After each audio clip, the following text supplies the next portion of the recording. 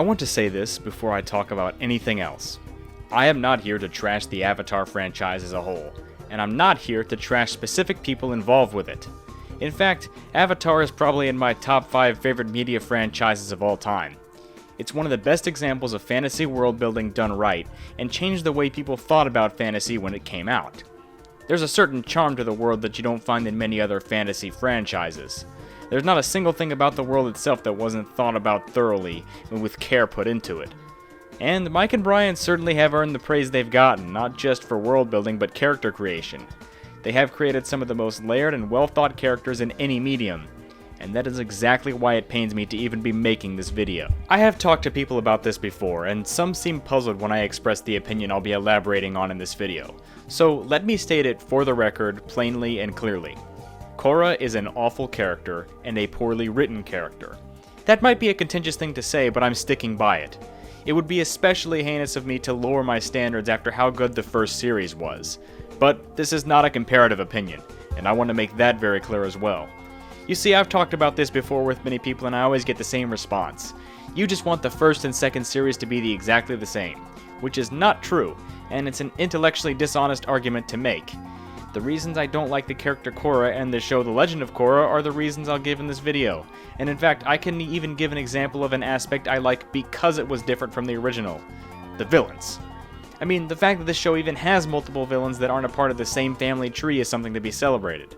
But not only that, doing an Ozai-style evil dictator villain in opposition to any character but Aang would not have worked. And that is something the writers knew. The problem is the protagonist we got in the second series still sucks. At the beginning of the show, we can see that she essentially bends 3 of the elements with ease as a young child. This was not needed. It does not relate to anything in the rest of the series, and it doesn't help establish any backstory. Well, that last part's a lie. It establishes backstory that damages the rest of the show and Korra as a character. The lore was pretty clear that most avatars don't get told they're the avatar until they're 16. Aang was shown to be exceptionally rare finding out at the age of 12, but he actually had an excuse because his people were about to be the target of a genocide. The argument I might get in response to this is that Korra clearly knows she's the avatar if she can bend 3 elements in succession.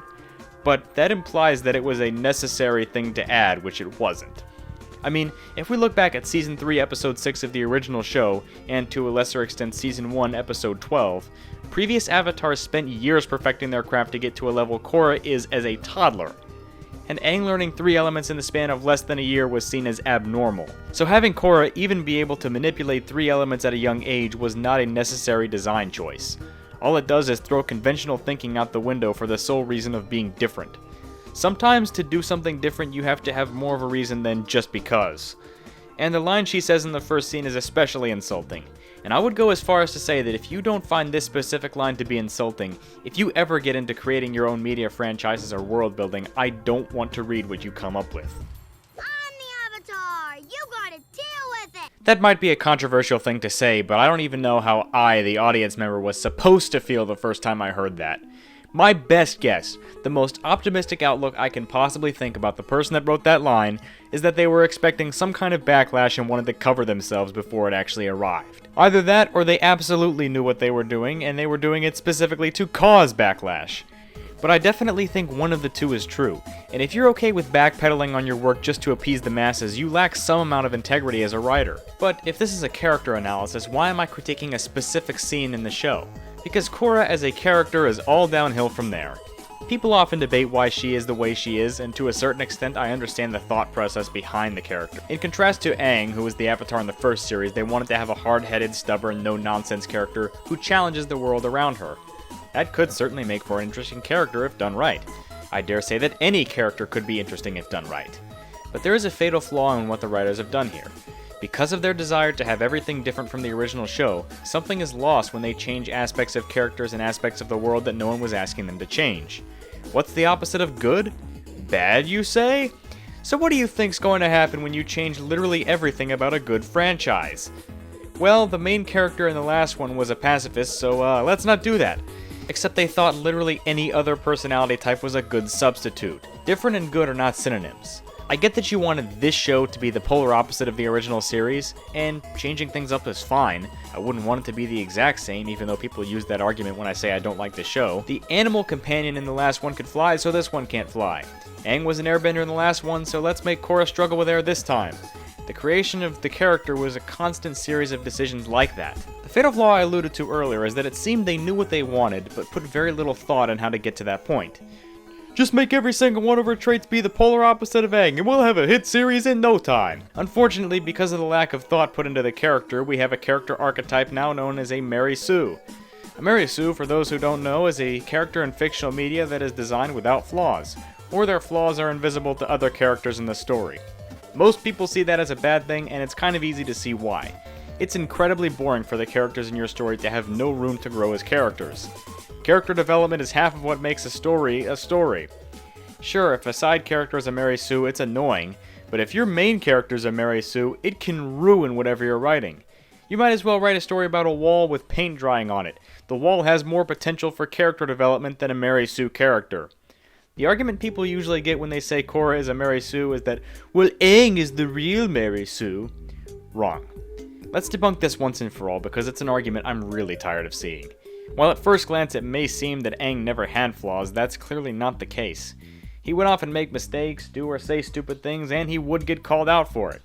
Season 3, Episode 9 was essentially an entire episode of that happening. I get where the argument's coming from, but generally there are unspoken aspects that make a Mary Sue a terrible archetype. The plot and the other characters will bend to the will of a Mary Sue character. That doesn't really happen in the original series, whereas in the first season specifically, the entire universe that's been created bends to the will of Korra. She just does whatever the plot demands. For example, what does she get for causing car wrecks, fishing in a public pond, and destroying an entire street?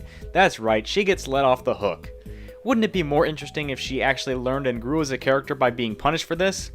As it is, she gets treated as though she did nothing wrong, and that's a dead giveaway for lazy writing. She's the main character is not an excuse, and it shouldn't have to be an excuse for her to do literally anything the plot demands. And in fact, sometimes it's used as an excuse to have her do things the plot doesn't demand as well.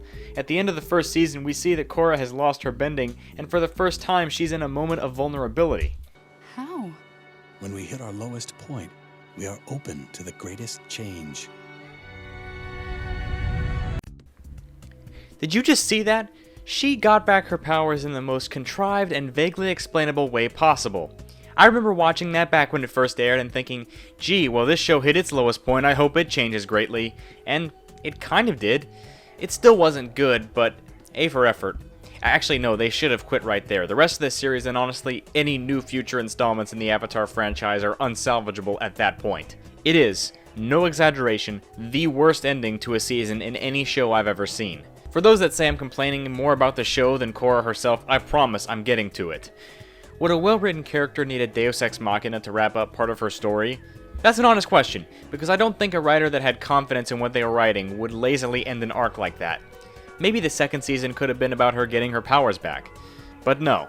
Instead, her past lives just pop up and give her back her powers, and it feels entirely contrived and unearned. Like I said, to be a Mary Sue, it's not enough to have the character not have any flaws, but the way the world reacts is just as important as the character themselves. And that's something else I don't like about this character. As I've said, she's invincible to the rules of the universe she inhabits. If you don't want a Season 1 example, there's definitely an obvious one that helps me make this point. I think you guys know where I'm going with this. I mean, the most infamous example in the entire show that gets brought up the most is when Korra uses the Avatar state to win a race against literal children. You heard that right. The Avatar state. The state that unleashed an uncontrollable amount of power that lashed out on anyone and was only unlockable in serious, deep fits of emotion. That causes physical pain and exhaustion in the user, and that will literally destroy the concept of the Avatar if the user dies in that state. And it was used to beat literal children at a race. There are two possible ways this can be seen. Either you've stopped caring about writing anything with any quality at this point, or it was written by someone who forgot how the Avatar state is even supposed to work. Sure, Tenzin scolds Korra for doing this, but she doesn't learn anything from it, and her view of her own role as the Avatar seems a bit tainted. She does learn about Wan and the origins of the Avatar, and really develops as a character after this happens, but using the Avatar state to win a race wasn't really the catalyst for that happening, and there are better ways of conveying it even if it was. It would be out of character even for a self-absorbed, immature character to treat such a delicate ability they have with such little care. And if you take the literal sense of her triggering the power of her past lives, then it can also seem masochistic, which is definitely out of character for Korra. One argument I've seen defending that particular scene is that Aang wanted to go back and play with his grandchildren. Sure, that may sound sweet and wholesome, except it makes no sense following the show's own logic. The Avatar state isn't something that's triggered by a past life's own whims. As far as we know, it's either uncontrollable, as seen with Aang in the earlier episodes of the original series, or it's controllable only by the current incarnation of the Avatar.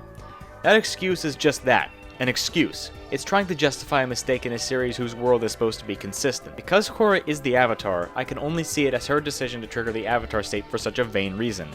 And the story seems to be okay with her doing this. Even if she does get scolded by Tenzin, the episode treats Tenzin as overreacting, because he's the only one that seems to really have a problem with it. Well, you know, besides the viewer. And that's what really made me want to make this video. I didn't want to pull any punches, and I do think Korra is a poorly written character. The writers try to justify inconsistencies in their show by explaining them away as just quirks, or, you know, not explaining them at all. When she starts out as an adult who's already mastered 3 elements and seems to be a master of her craft, you have to give her flaws that are seen as flaws by more characters than just Tenzin. You made your bed, you have to sleep in it now. A lot of why I don't like The Legend of Korra is Korra herself. No matter how much they try to retcon things or fix past mistakes in the later seasons, that doesn't do much except make the writers look inconsistent, and it saddens me.